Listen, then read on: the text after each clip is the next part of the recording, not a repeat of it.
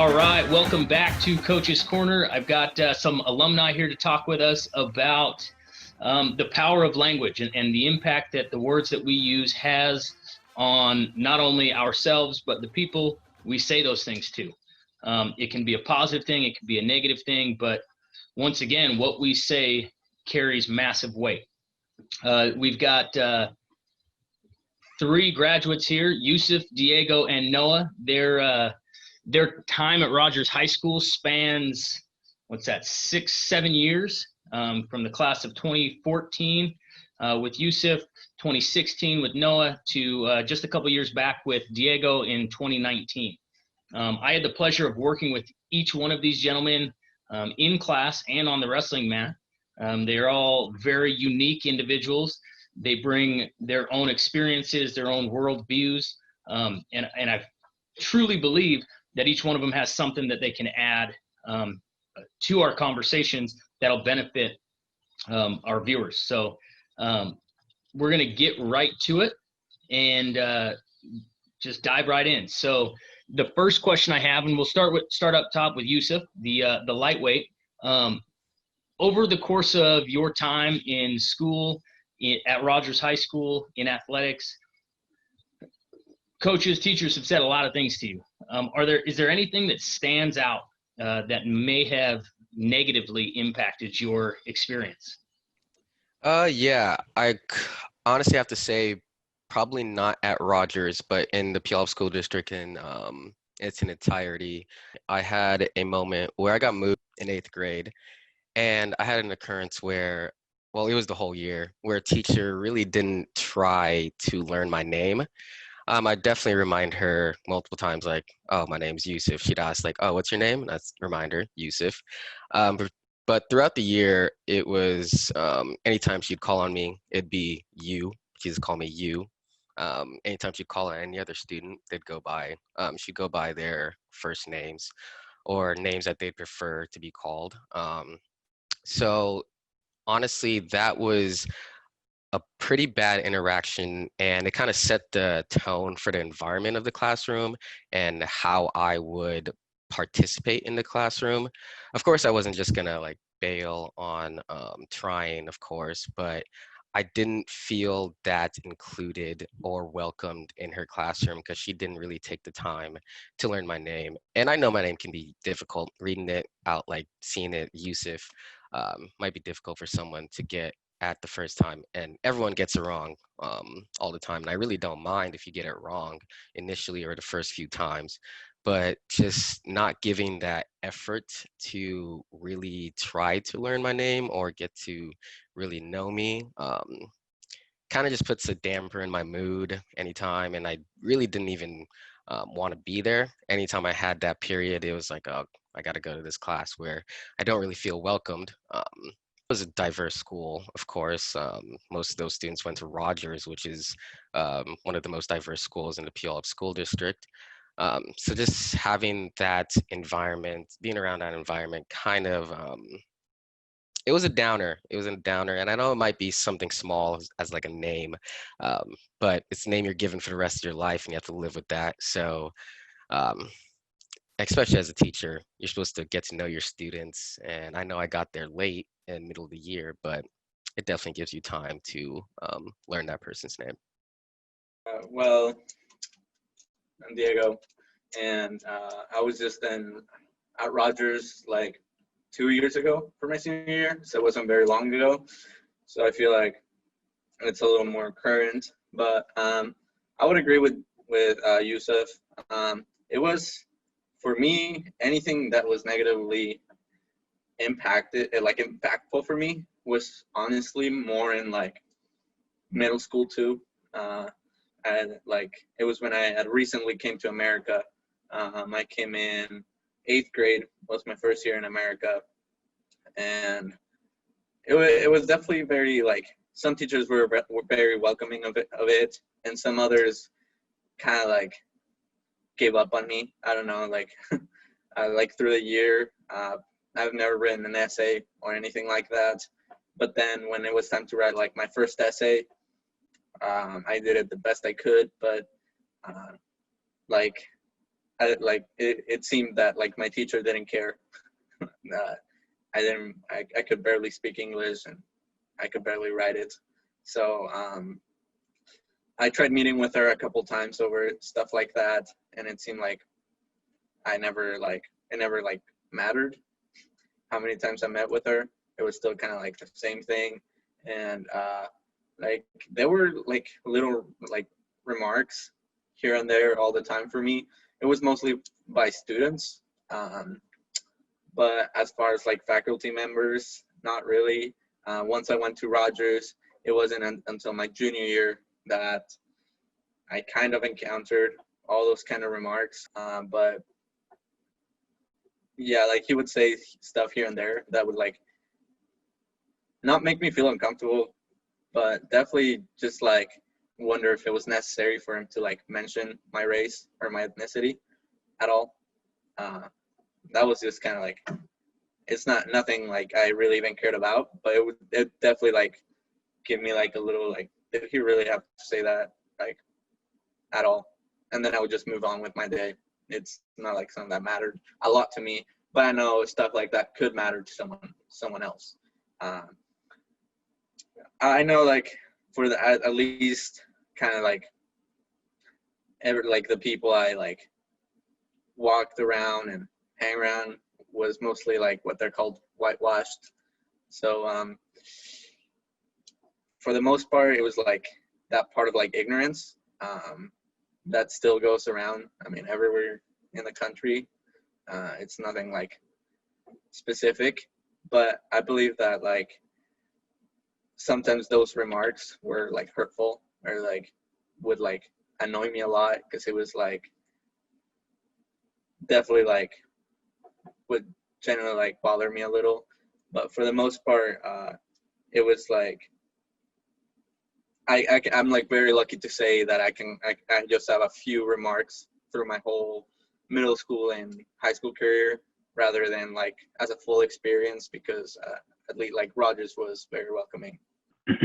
So I would say my experience at Rogers for the most part went well. Like I never really felt like I had at the time, I never really felt like I had any bias against me, like with any of the decisions that were made, like by adult members. But I really felt like as a kid, and we'll probably talk about this more later, but I felt like as a kid, I kind of I was like watched more than the other kids around me. Like I would do the same thing. Like let's say me and another kid were throwing cedar chips. Well, they would come and talk to me about it, and I felt like this one specific instance was we'd have to like stand in line to line up for class. And I remember I saw something crazy and I was like, what the? And that's all I said. And I remember I'd get in trouble for saying that. Even though I wouldn't cuss, I was just not allowed to say what the. And some duty walked by and she's like, hey, you cussed. And I was like, I didn't cuss. She's like, yeah, you did. I heard you. Come with me to the principal's office. And I ended up getting in-school suspension for that. Well, probably that same year at recess, I was beating some white kid at basketball, and he was upset, and he was like, hey, stop, you stupid brownie. And I was like, whoa, okay, let me go tell the duty. So I told the duty, and the duty was like, hey, you can't say that. That's all that happened to him. So I really felt like, looking back in hindsight, there was a whole bunch of those little incidents where, maybe I was doing something I wasn't supposed to, like going out and getting lunch on lunch. Well, there were other classmates that would do the same thing and get caught, and they wouldn't get detention. And I just started to pick up on that, and it's like, what's the difference, right? And so I think, no matter who it was, I felt like there was subconscious or an implicit bias, and like, oh, I knew you were going to do something bad. See? And I just felt like that. So it was like I had to always be on. I always had to be on point, and making sure I was making good decisions. Not that I was making bad decisions all the time, but just little stuff, that other people might be able to slide with that for whatever reason I wasn't necessarily able to. But I feel like overall, Rogers was pretty good. I felt more of that when I was a little kid, that pressure from adults, like, look, this kid, he's not good. And I had a best friend who would do the same things. And I remember that the principal and his dad both told me, you're a bad influence on him and you guys can't be friends anymore. And I'm like, okay. well, he was still making the bad decisions when we weren't friends, right? And so it was like, well, I'm good now. So it turned out you were the bad influence on me, right? And so, whatever it was just, I always felt like I was the bad guy, and I had to like outdo myself to prove that, I was decent, right? And I felt like I was measured at with a different scale. And so that'd be probably what chapped the most in the Puyallup School District for me. All of your statements are very enlightening. Being a product myself of the Puyallup School District from kindergarten to now, like I can't say that everything I've said has been perfect, right? I know I've said the wrong thing at times, and maybe made the wrong statement, made the wrong joke, whatever it might be. And it's just, to kind of hear it from you guys and hear how you feel and how you're actually taking it. It's definitely an eye opener. So thank you for being willing to share and kind of chat about that, because it still exists. It's still going on, and we're doing the best we can as educators right now to try to provide a safe space for all of our students. But that being said, while there's the negative that's said, there's also the positive. And while there's the few that say the wrong thing, I think the majority tries to say the right thing.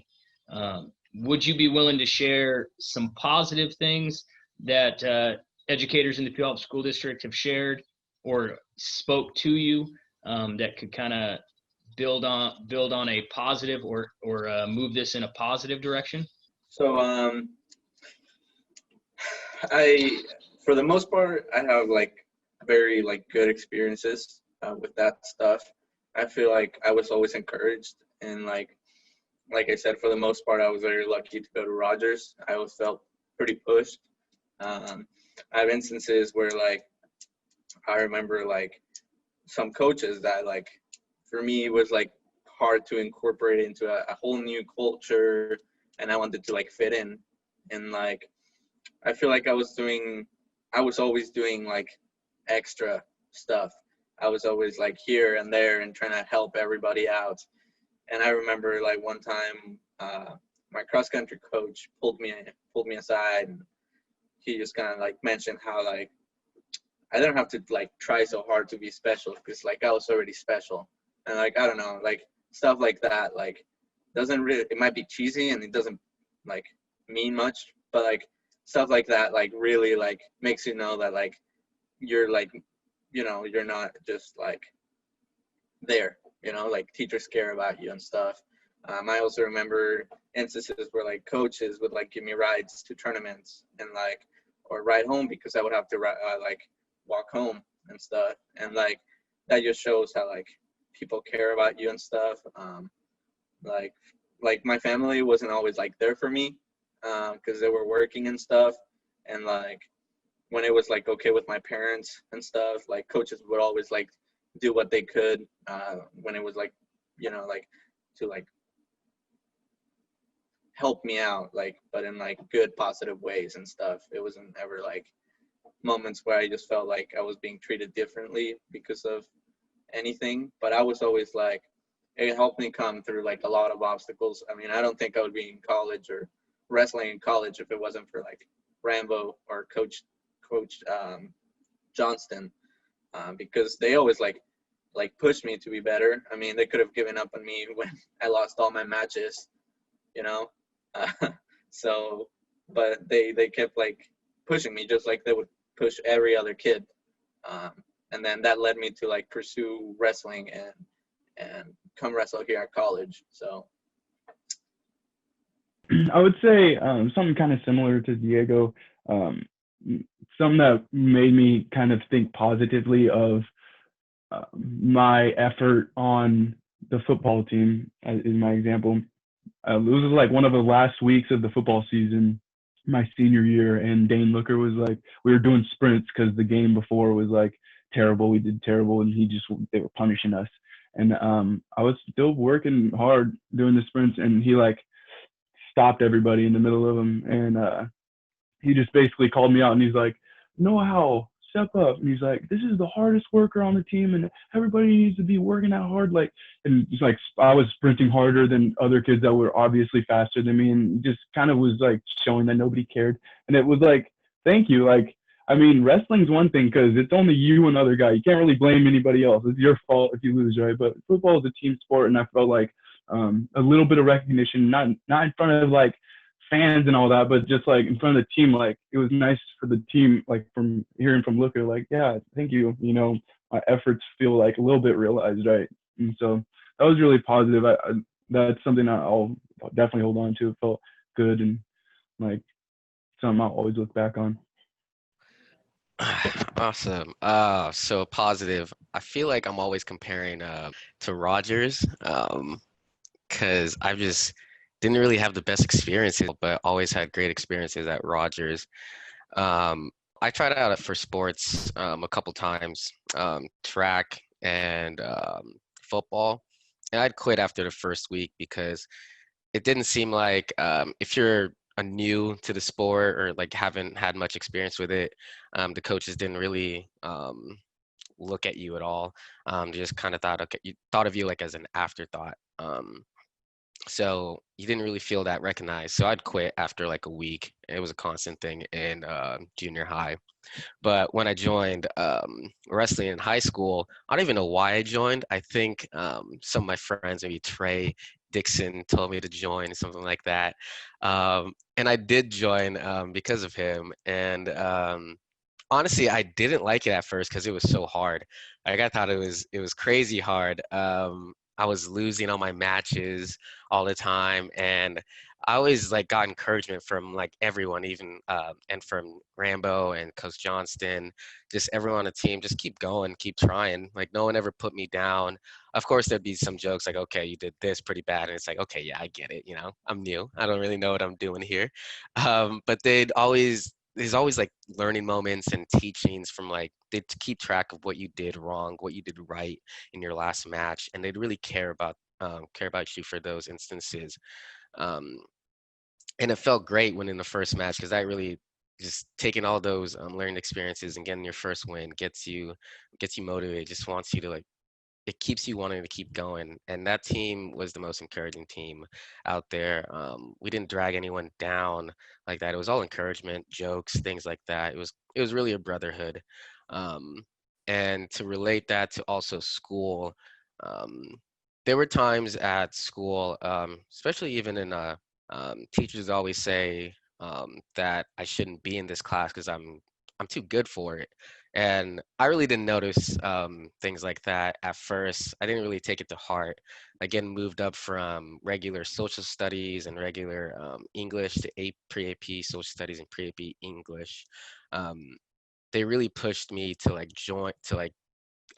get into those classes, and they kind of forced me to. One day I just popped into class and like, "Hey, we moved you to pre-AP," and I was like, "Oh, okay, great." But just having that recognition of like they're noticing you, they're like, even though like your friends may be clowns in class and like joking, but they really do notice the hard work you put in, even though you might be a clown too at times. But you know, at least you're paying attention, doing your work, and those small things that teachers account for really just brightens your day and your year. And that was the same thing for Rogers too with the teachers. The teachers always tried their like at anything that you're new to, be that Spanish art class, they try really hard to like get you to do better and just improve on anything that you were doing for those classes. And I really appreciated that through my time growing up in the Puyallup School District. All right, you guys are awesome. Like I truly appreciate you giving your time and showing up here and sharing with me. You know, it's the experiences I had with each one of you on the wrestling mat and in the classroom are unique and unforgettable. And the way you talk about your experience at Rogers, like that's what we want to be able to say, is that we've tried to give everybody a positive experience. I mean, it sounds like in all facets of the game, whether it's art, you know, foreign language, the social studies, we're working on that piece as well. So, I mean, I had one more question, which was, was Rogers provide you a welcoming place? And I feel like you guys kind of answered that throughout it. But I'd like to add something. say that again, Noah. I said if I could I add something? I would love for you to add. One thing that I think like like you said, we obviously touched on it already. I think if I could leave any kind of suggestion, it would be, and I heard a little bit of this in the women's episode that you showed me, and it would kind of just be outreach to elementary schools and middle schools. I feel like I didn't really get that. Like I would have loved to have, you know, the Rogers wrestlers or Rogers basketball players coming into the elementary school. They'd look like celebrities, you know what I mean? Like I want to be them, right? And just teaching and maybe even have them have that conversation, like, you know, include others, right? And maybe start from there, because I feel like Rogers did a great job at the time they received these students, but I think that they could be taking more proactive steps, you know, and going out and doing more of like a community outreach, like to the underserved communities. I mean, we know there's places that are like in poverty in Puyallup, and it'd be great if they found out about how to get signed up for this stuff, or, you know, how to get these little fees waived, and like how they can get involved and don't feel like such outsiders. I think it would be great if it started young, you know, if we're talking to 8-year-olds, you know, that'd be cool.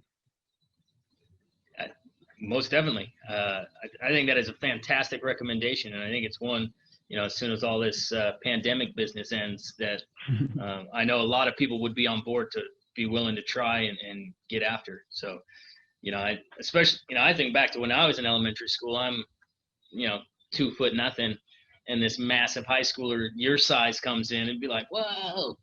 I was talking to Yusuf, but no, it'd be great. I think that's a fantastic recommendation. And I'm sure it's one that we can get our administrators on board to kind of follow through with. But for the sake of time and to honor your time, thank you once again for being here. It's great to see you guys. I'm glad life is going well out there in school and work, and just keep on battling. So thank you very much. Once a Ram, always a Ram, and fight on.